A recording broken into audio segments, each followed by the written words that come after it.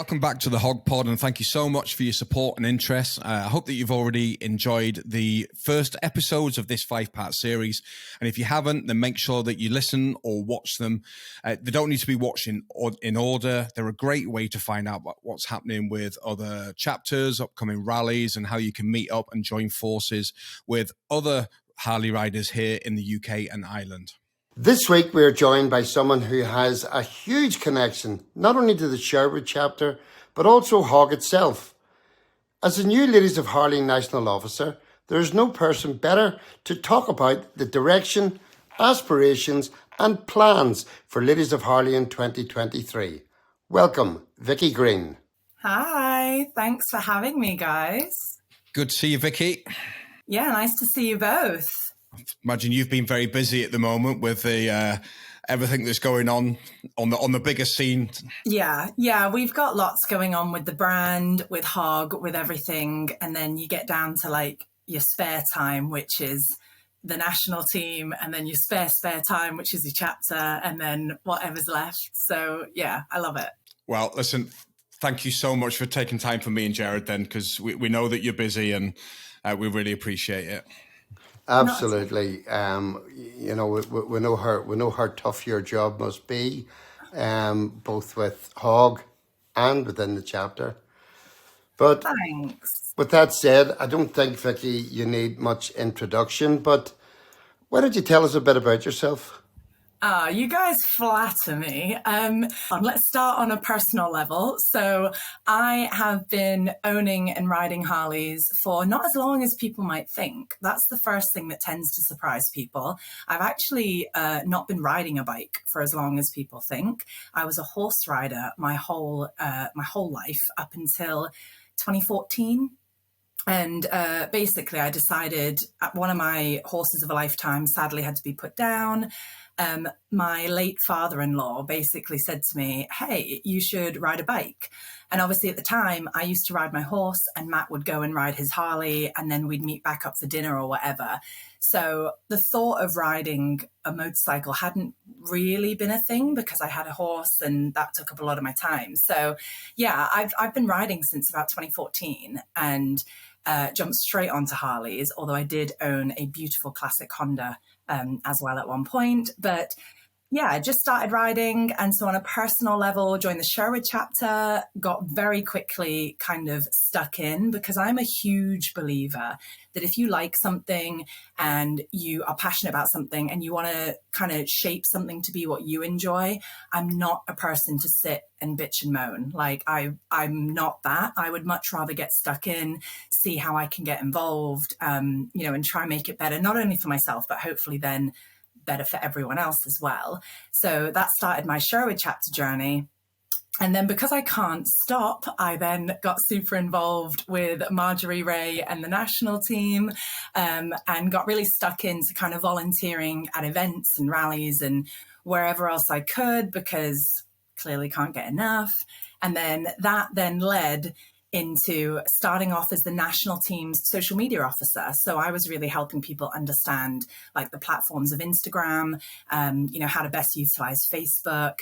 And that was all still on a voluntary level. And then a couple of years ago, I got randomly called by my now managing director, who is just a font of knowledge of all things Harley. And she basically offered me my dream job to work with the brand as part of their marketing team in their retained agency. So I'm now currently the account director for Harley-Davidson UK and Ireland within RBP agency.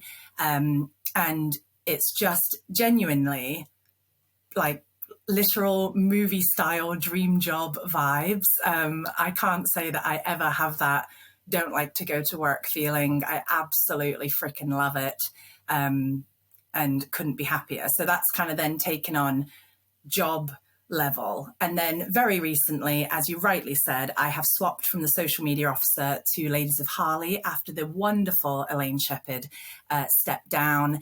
And I can only hope to carry on the awesome stuff that Elaine started in that role. So whirlwind tour of Vicki Green. Yeah. You said you had a classic Honda. Which one was that? If you can... A VFR. Oh, VFR 750. Good. almost as old as I am, slightly younger than me, but it was a 1989 VFR 750 in white. It was stunning. His name was Vern the VFR, because I name all my bikes. I'm one of those people. But yeah. And that would have been with the box fairing then, is that right? Yeah, yes. wow. Oh my gosh, yes. The squared off headlight, box fair. Oh, it was a beaut. Yeah. And you say you jumped straight into Harley. What? I know, obviously, you ride the big one now, but what other bikes have you had? So, basically I started looking around knowing that I wanted to get into Harleys, even though I had the Honda. And obviously, like when you first learn to ride, you want to ride all the time. So the Honda was going to be my commuter into the city centre where I worked at the time. And the Harley was going to be the weekend, like luxury ride. So we'd started looking, and I picked the XR 1200 because it was a Sportster with mid controls. And obviously I'd been a horse rider my whole life. I'd learned on like an SV650 Suzuki. So that was kind of a familiar body positioning. So long story short, Matt did some shopping around, and he sneakily managed to get this gorgeous XR 1200 into Robin Hood Harley Davidson. We strolled down one day. I'd had a little look, and it was genuinely, we walked in and I said to Matt, oh my God, that's an XR 1200. Like that is literally the bike of my dreams. And it had this huge, this bike has been sold sign on it. So I went to the salesman and I was like, oh, do you know what? And he said, oh, you're looking, you're interested. And I said, yeah, it's this particular model. And he said, oh, I'm so sorry, the bike's already sold. And I was kind of like, oh yeah, I gutted, but I just wanted to have a look at it for size. I haven't actually passed yet, et cetera, et cetera. And he said, oh, interestingly, this bike was actually bought by someone for their partner. And he was like, but that I know him quite well. You can have a little sit on it if you want, blah, blah, blah. So I had a sit on it. I knew it was the bike I wanted, et cetera, et cetera. So we left the dealership and I said to Matt, that's 100% the model that I want. Like, we just need to look for another one of them. And Matt was like, yeah. So he dropped me back home and he said, right, I'm going to nip back to the office, get some paperwork, et cetera. And I was like, yeah, cool. So stayed at home. And then I heard this almighty, like thunderous rumble coming down the street about an hour later. I thought, what on earth is that? I looked out the window and this XR like pulls up in front of our house. And I was like, what the hell? But the person on it was wearing like a weird jacket that I didn't recognize and a weird helmet that I didn't recognize. And I thought, if this is the dude that's bought the bike and he's come here to gloat because the salesman's told him like it's the bike that I wanted. And of course I go outside, the helmet comes off, it's Matt. And Matt basically said to me, oh, do you remember how he said that guy bought the bike for his partner? He was like, yeah, that's me. So I was like, oh my gosh. And I hadn't even passed my test yet. So Rex is my XR 1200 and I still own him to this day. That bike will die with me. I will never ever part with that Sportster. It has huge sentimental value for me.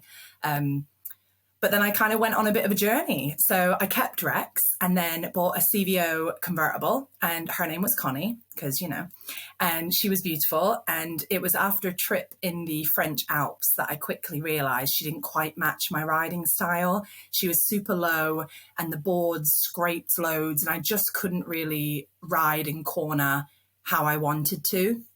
So we'd done a lot of touring and Matt had kind of said, he had a Road King at the time and I'd ridden that and I loved it. And then he changed to a Street Glide and he was like, oh, try this. And although I loved the bike, I found the fairing like really weighty.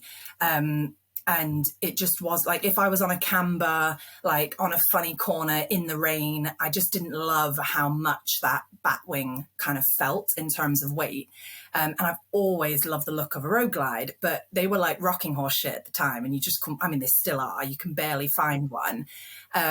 So eventually I told Robin Hood I was interested in a Road Glide. I was looking to demo one. I said, I'll never buy one without test riding it.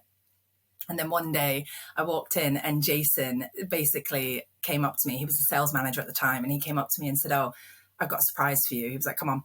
So I literally followed him into like the back of the dealership. And there was Big Red just stood in all his glory, gorgeous, like hard candy red paint, really blacked out and like moody looking alongside that red. And yeah, I just said, I want to say I'll buy it, but I have to ride it. And Big Red had been bought by someone. I think he'd been ridden like 162 miles or 262 miles, and then had been given back because he was too big for whoever bought him. And long story short, I took him out for over 100 miles. I think we did a whole day test riding. And I just came back and I was like, 100%, this is the bike for me. And 4 years on, he's the first bike that like I've come round to kind of either a mileage point or a payment point that I thought, oh, I might change my bike. And yeah, this year I just thought, no, I'm buying him. So I've just bought him outright, and he is another bike that'll probably die with me. I'll just have to keep adding on. So what would you say then, Vicky? Because, you know, a lot of women kind of would be a bit funny about Harley because it's seen as a heavy bike, and you tend to get a lot of them going for the likes of the Sportsters and, you know, on the lower, you know, the lower range of the bikes. And a road glide's a heavy bike now. So what would you say to women who are maybe thinking about maybe going down that road with the road glide? Do you know, I've had so many people say to me, gosh, that's a big bike for a girl. And the number of times I turn around, I'm like, that's cute. Just saying it's a big bike full stop. So actually, like for me, whether you're a male or female, any Harley is a big bike. Any Harley is a heavy bike. So for me, regardless of gender, I would say pick a bike that suits you and fits you. And also like learn some tips and tricks, because if I'm honest, Big Red only feels big when he's going really slowly or when he's practically static. So for me, it's actually when he's moving, I don't really notice a difference at all. I'll quite happily throw him around any bend, anywhere. For me, it's like on a gravel car park with a slight camber. That's when I really feel it. And, you know, I think that's applicable to any person, you know, regardless of gender.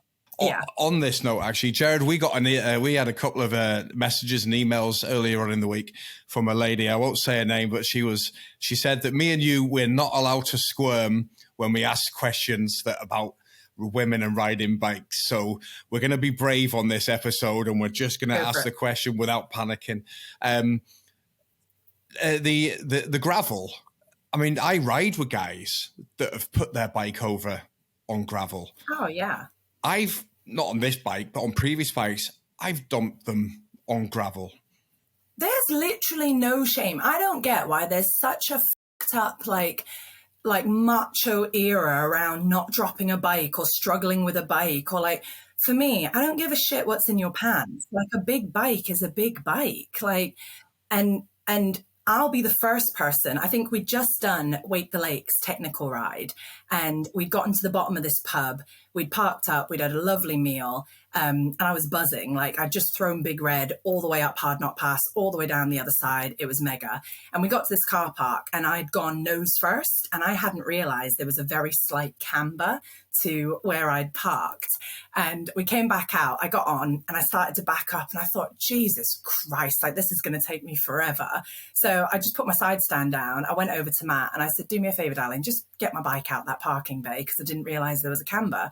And I have no shame. Like I will ask someone to pull me out of a situation, like push me into a situation. Like I think there seems to be this real like, oh, if you can't possibly handle that bike, you shouldn't be riding it. And I just think like, get over yourself.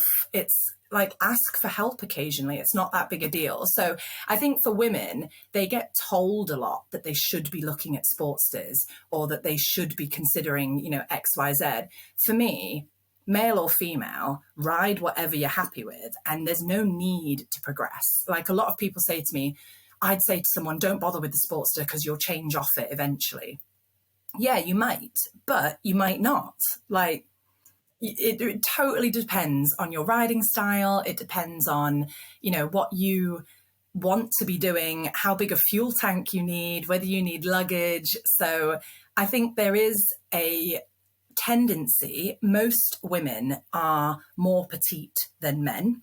But that's not standard. You know, I'm nearly 5'10", so I'm not a small or short person. So, I've got friends that are shorter than me, male friends that are shorter than me, that would struggle to ride Big Red, for example.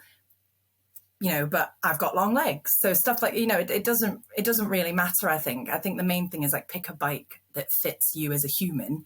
And that's your bike. So whether it's a girl on it, a guy on it, a lady on it, a woman on it, whatever terminology you want to use, whoever's on it, that's the bike for them. Yeah, you see, I think, a lot of people sort of look at them and they go, oh my God, look at the size of that. But what they don't realize is they all have a very low center of gravity. So, Yeah. no matter what size you are, I mean, the bike holds itself, really, Yeah. And there are tips. Like I ride with a rider's backrest, A, because it's comfortable, and B, because I often won't be able to back out of certain situations without it, because I can actually push my back into it, which then allows my legs to do most of the work. So it's very practical as well as comfortable.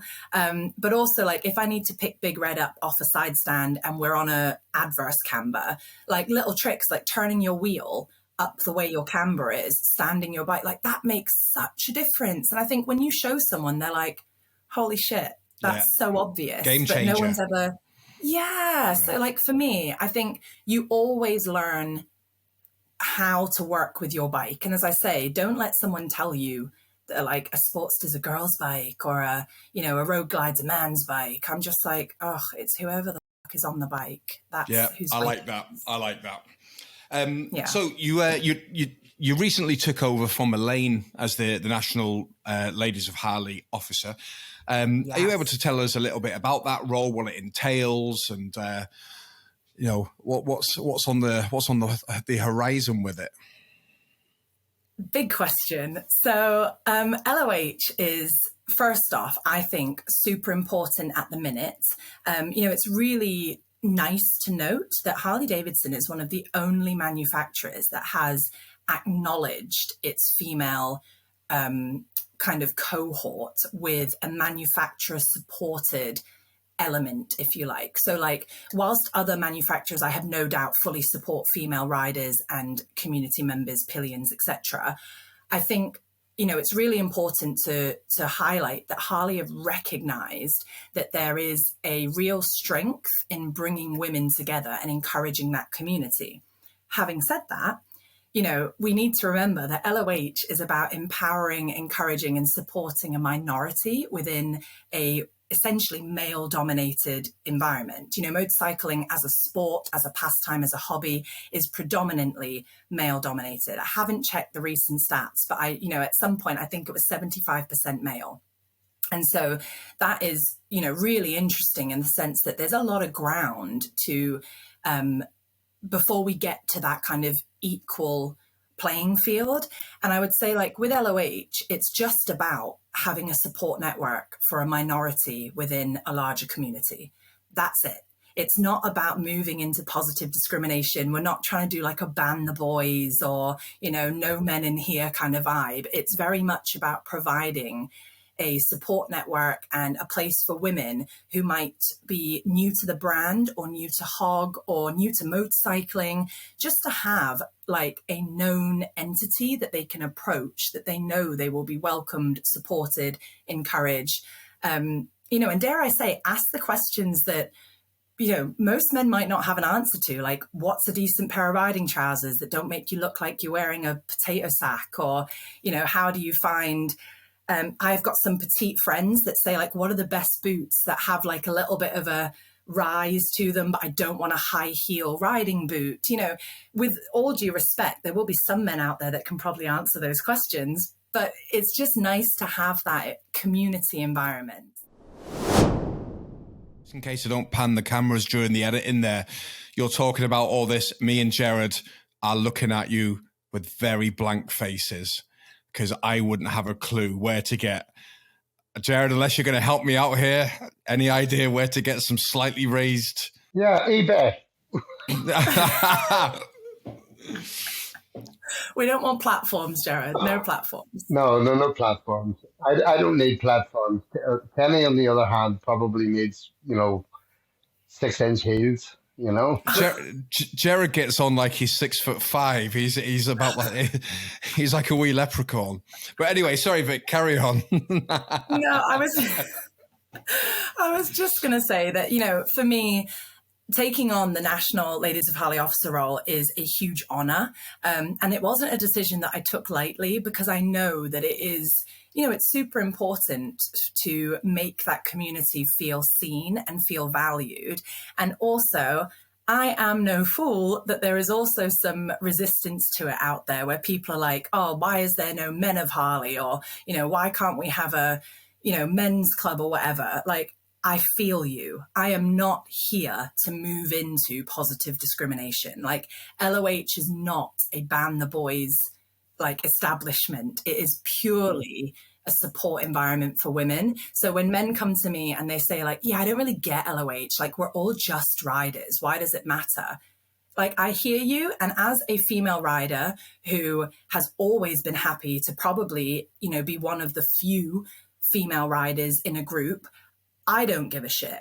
But having said that, there are definitely situations where women, you know, that approach either a HOG chapter or, you know, a HOG event, or even a Harley event, a motorcycling event, you will feel like a lot of people look at you.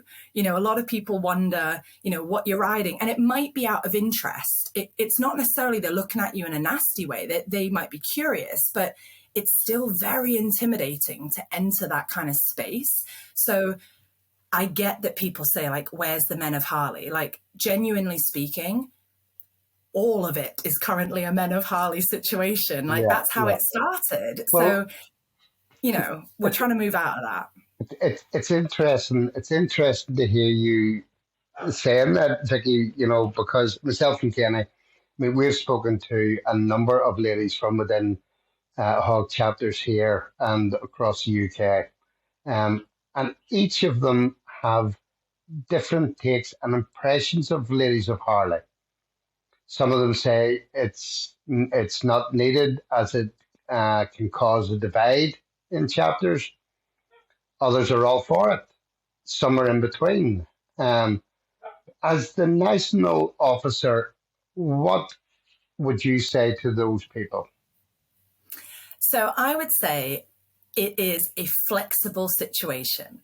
So, for example, in Sherwood Chapter, we have around 8 riding females, but we have a huge contingent of active pillions. And then we have a large contingent of women that love to support our events and get involved, but they don't really fancy riding a bike. So first off, we have to remember that LOH covers a lot of breadth here. I think people get really fixated on female riders only. So we need to remember that there are actually 3 huge groups of like participating ladies.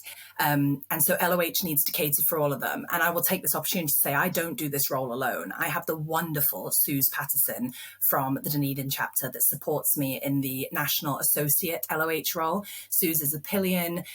She's had a go at riding. It wasn't her jam. She's very happy on the back. She's a great photographer on the back.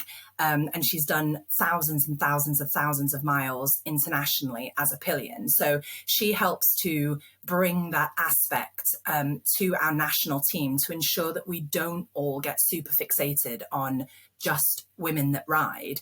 And, you know, I'm also very aware that we have that large contingent of women that don't want to be pillion or ride. And so we need to remember LOH is all inclusive of all women. So when people say, oh, it's totally not needed, I'm like, yeah, if you're a super confident female rider that's been riding for ages, people know you, you're established, you've kind of made a, you know, I don't want to use the term made a name for yourself, but, you know, like people know of you, it can be easy to fall into that, like, yeah, what's the point in LOH? Like, I'm totally treated and seen as one of, you know, the riders, irrespective of gender. I get that and I feel that. But also, I've been on the other side where I was new into HOG. I walked into a chapter where we had less than 5 female riders. And I was very much like, this is weird. Like, there aren't many people that I can relate to. So LOH is needed still, whilst that kind of minority is a real issue. But having said that, there are chapters out there that have like 20 plus riding females, 70 plus pillions. And for them, LOH might not feel super needed, and that's okay. Like, we need to remember that I would love to move towards a world where LOH doesn't need to be a thing, because you're going to rock up to a ride out, you're going to rock up to an event, you're going to rock up somewhere in the motorcycle world, and there's going to be equal females and equal males. And when gender is genuinely not a thing and there's no minorities, I'll be the first person in line to be like, hey, I don't think we need LOH anymore. Like, I'm living for that day. But right now, I do still think that there is a real need for it. And I do think that there is a real want for it. We have to remember that this is about catering for what people want and what they feel they'd like. And Kenny, you brought up that great point about people saying that maybe, what is it about a Men of Harley situation? Gerard, you said it could be seen as being divisive. For me, like, yes, it can, but only if that's your mindset. Like, we need to realize, I use a really cute story from when I was in university. So I'm half Chinese and half English, straight down the middle, born and bred in Hong Kong, had never lived in the UK. I'd visited loads, but I'd never had an address in the UK. So when I came here for university, I joined the Chinese Society. Not because I thought that I would be more Chinese than I was British or anything. It was because I could relate to those kids who didn't have an address in this country. We couldn't get ourselves a bloody phone contract because we didn't have a bank account with a history, so you weren't allowed to get credit. We couldn't get a bank account because we didn't have an address with a history on it, but you couldn't because I hadn't lived in this country. So I was joining it because I could relate to the people in it. I could share problems. I could share successes. I had people that understood what I needed to find relevance and relatability with. And that is LOH. That's all it is. It's not about like identifying as, this Lady of Harley, fuck the men kind of situation. Yeah. It's never been that, and it never will be. Well, I suppose, maybe it's just me. I don't know how you feel about it, Kenny, but, in speaking to those women, I mean, yes, okay, over the last few years, we've had COVID and all chapters and whatnot have been affected by it. And a lot of those chapters have kind of been, well, basically left to their own devices to try and keep going through that period and whatnot, and in particular now, Ladies of Harley, because they've kind of been doing stuff within their own chapters, right? But there hasn't really been anything seen on a national level for Ladies of Harley. And a lot of them kind of give me the impression that they would love something like that. To HOG or yourself, Vicky, as the National Officer, are there any plans for any of that coming in the future to vamp it up and give it a bit of vavoom? I love that. Yes, definitely. Not to make excuses in any sense, but we have to remember that Harley-Davidson had some shifts, and so did HOG. And so the national team had to adjust to, a new direction. We had people opt out of the national team, people opt into the national, like, it's an ever-changing front. And then COVID, chuck that in the mix, and it's just an utter shit show for a couple of years. So, I completely appreciate that we've had a massive pause, and, Elaine was wonderful at keeping the activity and the engagement up, as you say, at a national level for enabling chapters to really bring out that connectivity.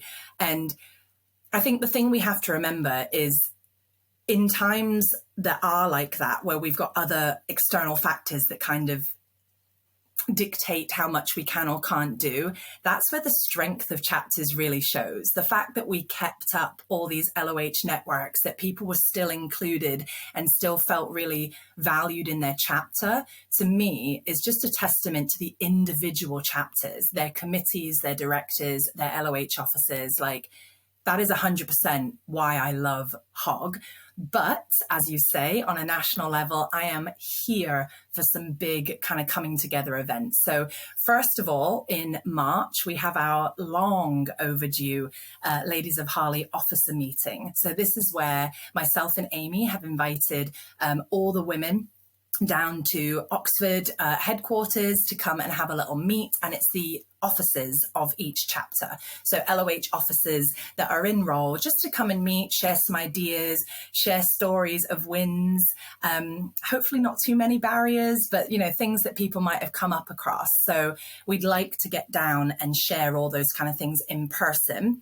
And then obviously we're going to have some Zoom calls with the ladies and the officers that couldn't make that meeting in person, just to share and make sure we're all kind of aligned on how we feel LOH should sit in 2023. And it's really important we do that, because I think, like anything, one size does not fit all. So we need to remain flexible. We need to remember that this is about offering a real menu of events for anyone, and each chapter will put their individual stamp on it. I've had people say to me, LOH should not be about coffee and cake mornings. I'm so over that. And I'm like, okay, if that's for your chapter and you want it to look some kind of way and the appetite for it is not coffee and cake mornings, then totally, let's work on a plan. Let's support those events. But at the same time, if your chapter loves a coffee and cake morning and that brings everyone together and you have a really good natter, then keep it. I feel like there seems to be a real panic about what should it look like and what should it be? And my answer is what do you want it to look like? What do your ladies ask for? What do they want out of it? And I think that's really important. The whole point of this is a support network. So nationally, we'll have those conversations to enable the chapters to go away and be empowered, but also, catering to the different groups of women. We have got the option to hopefully have a little bit of activation at a female-focused motorcycling event, still in the planning, so I'm not going to say too much on that. But also we'd like to potentially work with IAM. As we know, HOG have got an offer with them, and we are looking at some HOG days throughout the year in terms of calendar days. I'd love to do a bit of a takeover with one of them and make it a ladies' day. I think that would be really empowering, because again, I think the way women work in groups is maybe slightly different to the way we work in mixed gender groups. There's no right or wrong with it. As I say, I'll ride with any of the boys, but also there's a real different feeling when I'm surrounded by other female riders learning new skills. It's just a different kind of support network that sometimes you can feel there. So we have got some big plans, and I'd like to see a lot more of that trickle through in some of the big events where we get large gatherings, Thunder in the Glens, Killarney Bike Fest, some of those rallies that attract big numbers. It would be lovely, again, to kind of have a bit of an activation there as well to encourage a little bit more of that community. I mean, one of the things that came up sort of time and time again whenever we were speaking to all the ladies really is there definitely seems to be an appetite for national events. But it comes down, I think, to time and resources and logistics. So, for example, they are late, as in the females we were speaking to, they're very busy in their role as a chapter director, or, they do have obviously Ladies of Harley officers, and, it's just about all they can do to keep their own chapter going. You said there about the testament to the strength of the chapters. I mean, absolutely. I mean, one thing that will probably come out everywhere you go is the people in the chapters and the people buying the Harley Davidsons, the people that ride the Harley Davidsons, they are the absolute lifeblood of this group. So there's definitely this appetite of wanting more national events, but then just not having the time to organize it.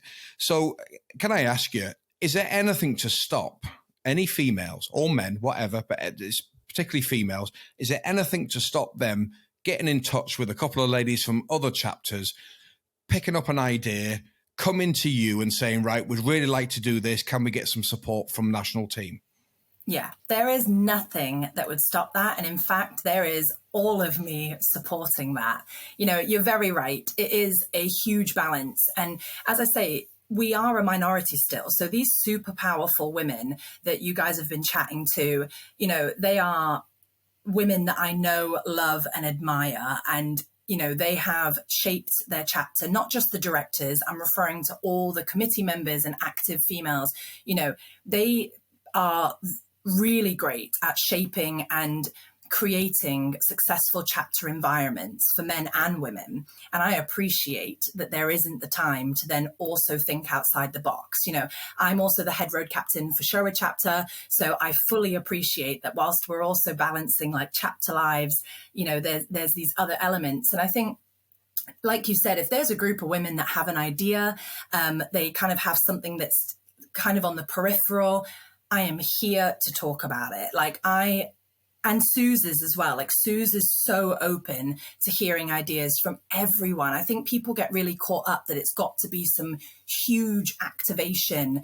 And actually it could be small. I know there are lots of chapters that just do a couple of chapters meets or like tri-chapter meetups. I just think we need more of it. And for me, it's definitely something I'm open to listening to. But I would also say, that doesn't have to be gender specific. We have to remember that if people have ideas for national events or inspiration that could be open to partners as well, the whole national team want to hear that. It is something that is really exciting for everyone. And I'm hoping as we come out of COVID, people will start to kind of throw ideas out there, and hopefully as a team, the national team can pick them up and really make them into something. Because I also have an appetite for meeting up with people all around the country, especially the ladies. And I think that it's really important that we support that, as we go forward. Just in your role as a national officer and head road captain for the Sherwood chapter, that's an awful lot on your plate, Vicky. Sorry, I just get a bigger plate. How do you balance it out? To be honest, I love it. Like, I genuinely love it. So it's not so much like a chore. And, I would be the first person that if it got to something where I felt like I wasn't able to give it my all and I felt that, something was lacking or I needed help or support, I'm that person. Just like moving my bike off a camber, I'm the person that'll be like, yo, I need some help here. But at the minute, I'm loving it. I'm very blessed in the Sherwood chapter. I have got 21 in our road crew. They are all insanely talented riders, really, really good at planning routes. They make me look good. They are really wonderful road captains. So that luckily isn't too much of a stress for me. This sounds like I'm self-promoting, but we are an exceptional chapter for ride outs. We do a minimum of a ride out a weekend. Most weekends we've got 2 on. I mean, last year, I think when I totaled up our data, because I'm a massive nerd, we did 52 ride outs, not including long tours or weekends away. So that was 52 ride outs that our road captains put on for our members. A little birdie tells me you're 55 on this year.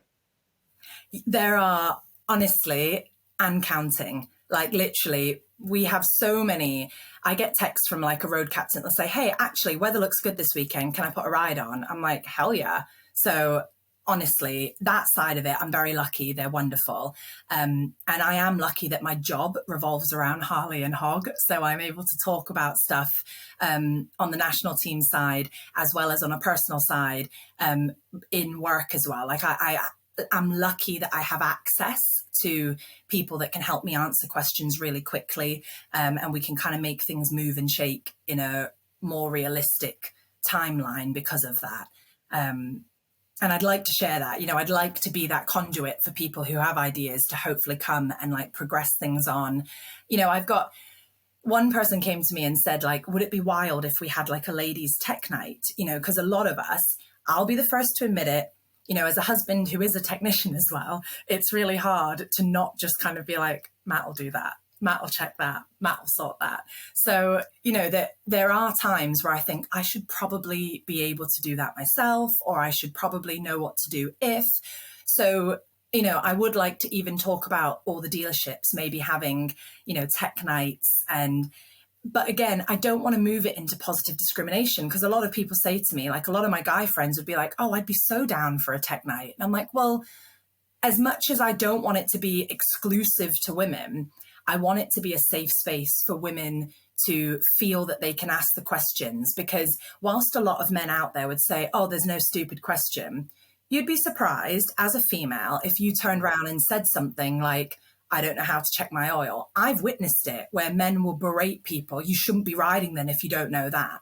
I'm like, fuck off. There's going to be something you don't know, and like put it back in your pants and calm down. So I think sometimes on a tech night, there is space for a lady only situation where, maybe women feel safer to ask those questions. And maybe it's wrong to frame it as a ladies' tech night. Maybe it needs to be like an intro to like maintenance, and so that people who feel like they know something can stay at home with their knowledge, and people who feel like they are in a safe space to learn can come together. Like, again, I know that there's a call for it amongst the women. I am the first person who doesn't want to make something gender exclusive, but I also want to serve the want that's out there. Well, no, but to be honest with you, it's a fair point. It is a fair point. Yeah, and I totally get where you're coming from, with this male ego, and I can do this, and I'm a macho, and you shouldn't be doing this, and women shouldn't be fixing bikes. It's a fair point to create that safe space for ladies to go and learn the tech side of it. I'm just looking for a male one, because I don't know the tech side of it either. Well, this is it. And this is why, sometimes I do think that, maybe we frame it slightly differently. I don't know. But, it's funny you talk about these stereotypes, because I think sometimes women get judged, not just by men, in general. If you, I remember someone once said to me, so I occasionally will wear bright red makeup when I ride Big Red. And the reason it started to become a bit of a thing for me was I used to wear an open face helmet, and we were riding in a chapter ride through a town one time. And I remember that there was this family stood at a traffic light waiting to cross, and the light had just gone red, and we all pulled up, and I happened to be about the third bike in the line.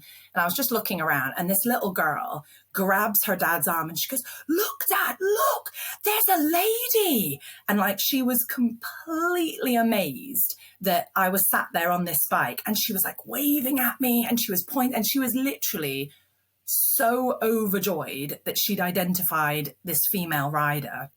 And I was wearing bright red lipstick, I had an open face helmet on, it was pretty obvious. And it just made me think, like, and it's a big daydream, but if for some time that little girl grows up and gets on a bike and thinks like, fuck yes, I can get on a bike, like, I want to be part of that kind of change, or that encouragement. I was just thinking there when you said that, fingers crossed, in sort of 12, 13 years time, she'll be balls out, go in, get a motorbike because of that, and I think,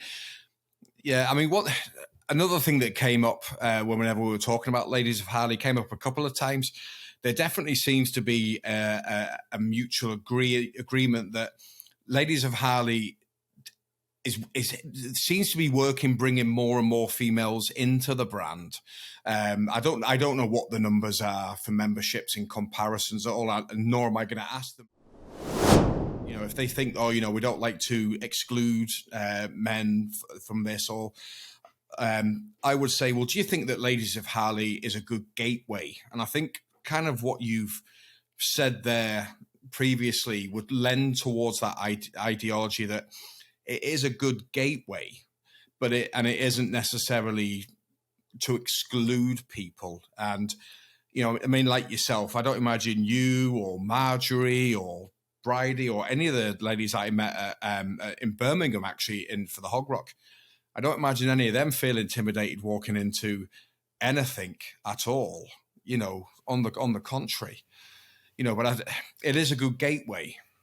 Yeah, definitely. And I think that's really important to remember, is that sometimes when you're so in it, and I've had men tell me that there's no need for Ladies of Harley because they don't see women any different. And I'm like, okay, well, that's nice for you. But as the fact that you aren't a female, it's okay that you don't see people different, but that doesn't mean that they don't feel different. Or maybe you don't notice the way that when a lady pulls up at an event, everyone turns around to watch her get off the bike because they're either impressed, they're judging, they're, supportive. It doesn't have to be a bad thing. But again, there aren't many times where everyone stares at someone. And, we get a lot of opinions told to us in society in general. And I'm still here for, as you said, it being an option. It is a gateway option. And if you don't need it because you don't give a shit and you're super confident and, you've never felt bothered about being the only female in a room, like, I feel you, go for it. Like, I'm here for that.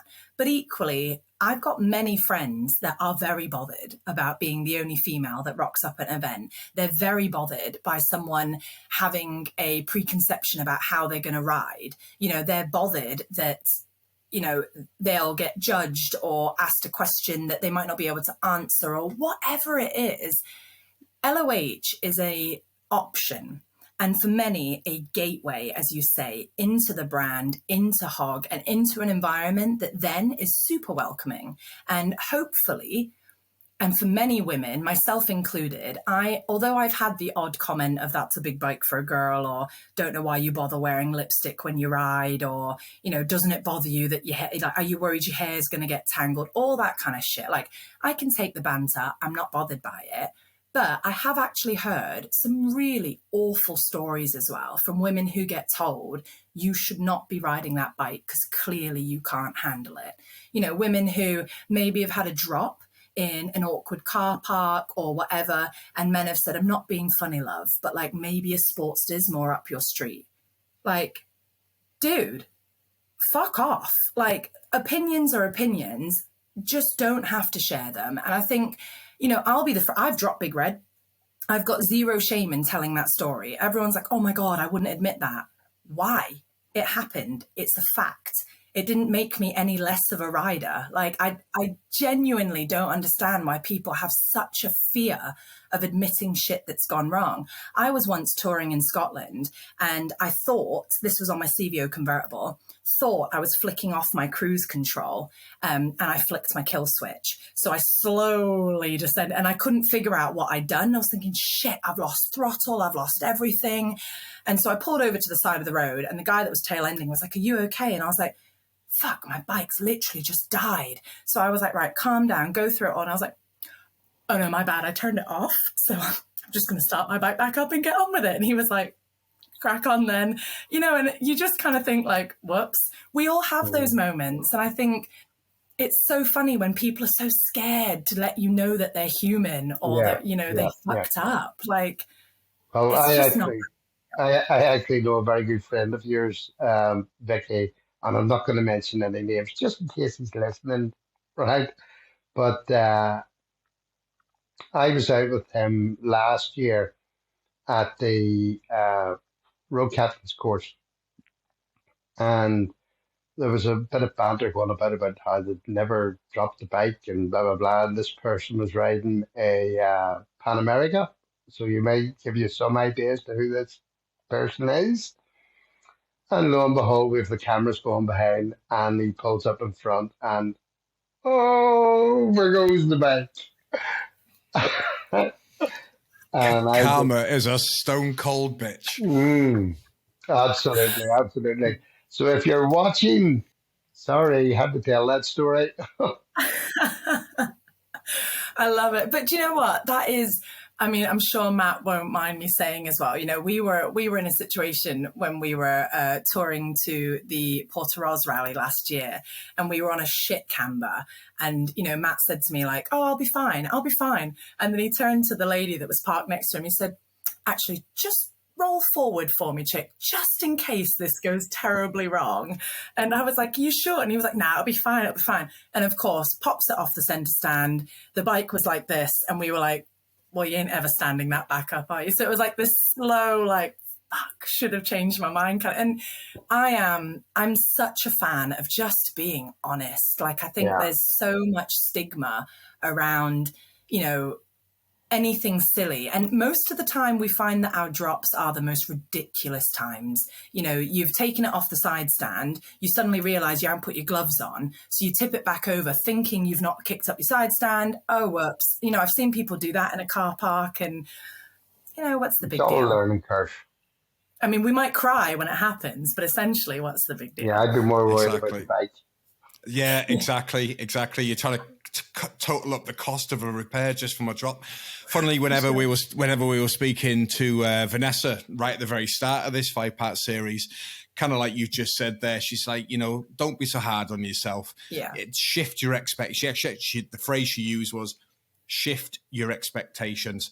There, you know, she pointed out and. On the likes of Instagram and Facebook, everyone tries to portray this really perfect life, and it's absolute balls. It's you know, real life is there, not this make believe.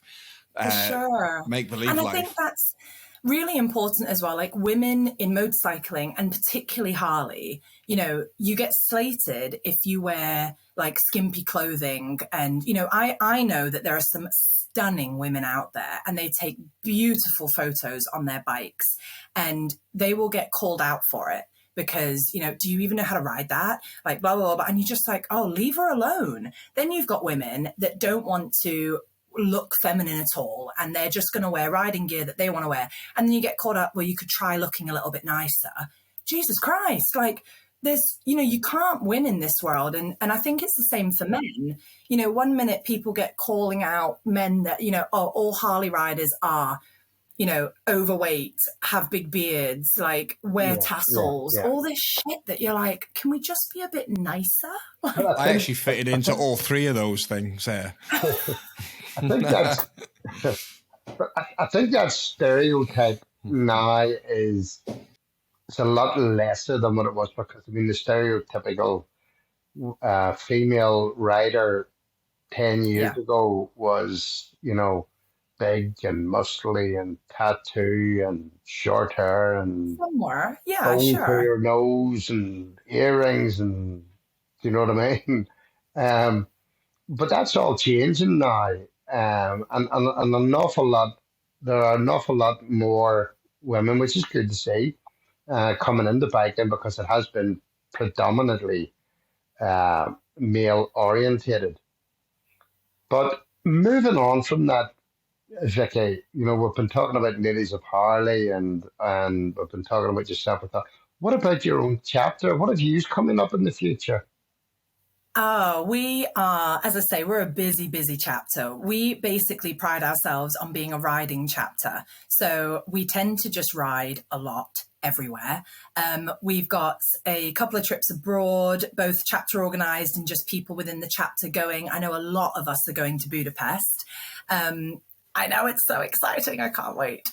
And we have whatever. got, obviously... I've got young kids. I've got to stay here, but whatever. I'm not bothered. Not upset. Whatever, you know. Get out your violin, Kenny, and just, you know. Do you know what that is, Kenny? Do you know what that is there? Do you know what that is? That's the world's smallest violin. Yeah. But yeah, we've got a lot on, and you know, we've got a weekend away with 1066. We have a ride out plan to meet with the Wolfruna chapter. Last year we met with the Iceni chapter and the Rutland chapter. We've got good friends in all the chapters. You know, we have a large contingent of Red Rose that come down to our rally along with Iceni. You know, there's just so many exciting things on that we're really keen to get stuck into. Our 1066 weekend is down to the Sykes dealership. Obviously, not many of us get the chance to go down there because it's, you know, quite far away from us. So we're just really excited to get connecting with other HOG chapters. Our rally is in May. It is pretty great, just saying. You know, we have a really good vibe at our rally. It's super friendly. it's small enough to still be one of those that you can bring your tent, your caravan, your motorhome. We do have on-site accommodation, although I think we're sold out of that now. But we do glamping and some other options. But you guys should totally come, by the way. It is an absolutely cracking. Vicky, you should never say those words to me. Because there's a certain guy sitting there who made a phone call to me last year and he said, Jared, do you want to, yeah. But I haven't asked you what it is yet. And I went, I don't care, I'm going anyway. I love that yes man attitude, Jared. Yeah, yes, Come man. on to Nottingham. We're going to Ukraine. And I went, okay, when do we go? Fab. I love that. The degree of greatness that you're describing for your rally sounds very similar to one that we have in Belfast. So, oh really? We will extend the same invitation. It's small enough to be personal, but big enough to be great crack. And you have somebody, bikes. Yeah, and you have somebody like me as the activity officer. What more could you want? Now, Vicky, as you know, we don't drink over here. No, of course. No. But you would be more than welcome. Thank you. The same to you guys. You know, I'm sure that ROC gave you an idea of the colour that some people might be on the day after our rally. But, you know, it's... Yes. Not going to mention any names in case he's listening, but it rhymes with Pabs. I hope you're feeling better, brother. I can only apologise for what me and Michael did to you that night. But thank you for remaining our friends. We did get you down the HOG-POD. So, listen, Vicky, congratulations on your new role as the HOG officer for Ladies of Harley. We know how busy you are, so thank you so much for the time you've taken with us. As expected, your love and enthusiasm for the brand just poured out there, and it was great to get a little bit actually from a HOG point of view, because obviously we spoke to lots of people in the chapters, which are the absolute lifeblood, but we're all looking to HOG and to you to some degree of what's happening next. So thanks very much for sharing that with us. You're welcome. And not just to me, can I highlight, like this is 100%. There's an actual really strong team behind HOG that, you know, there's loads of planning going on. And, you know, I think sometimes there's a real feeling like HOG isn't center stage, but it very much is. You know, the strength and the power of HOG, you know, it is the only manufacturer supported owners group that is so bloody successful. And it's down to the members solely. You know, there is a wonderful team that is trying to guide and steer and create wonderful opportunities there. So, you know, it's not just me, it's definitely the national team and the Harley-Davidson and HOG teams at head office that just do a cracking job of trying to keep this massive machine moving. Yeah, just to second what Kenny has just said there, Vicky, it's been an absolute pleasure speaking to you tonight. And I'm sure there's an awful lot of ladies out there who will feel that in some way they have been able to connect with HOG and with yourself and your enthusiasm for the brand and your enthusiasm for Ladies of Harley tonight. It just shines through. And thank you very much for coming on. No worries at all. And to any ladies or men listening, you know, reach out. I am all for conversations. And I think the worst thing you can do is sit there and get either upset about something or, you know, feel that you've got an opinion you want to share. I welcome it all. Good, bad, ugly, hopefully more good. But, you know, I'm more than happy for people to reach out, especially the women. You know, I am not one of those people that's funny about friend requests on Facebook or anything. Like, I would love to meet every female in HOG. So yeah, reach out. I'm here. Okay, hopefully they'll accept your challenge. Ladies, do your worst. So, right, Vicky, thank you so much. Enjoy your night and we will catch you soon. Thank you so much, guys. Appreciate it. Have a wonderful weekend.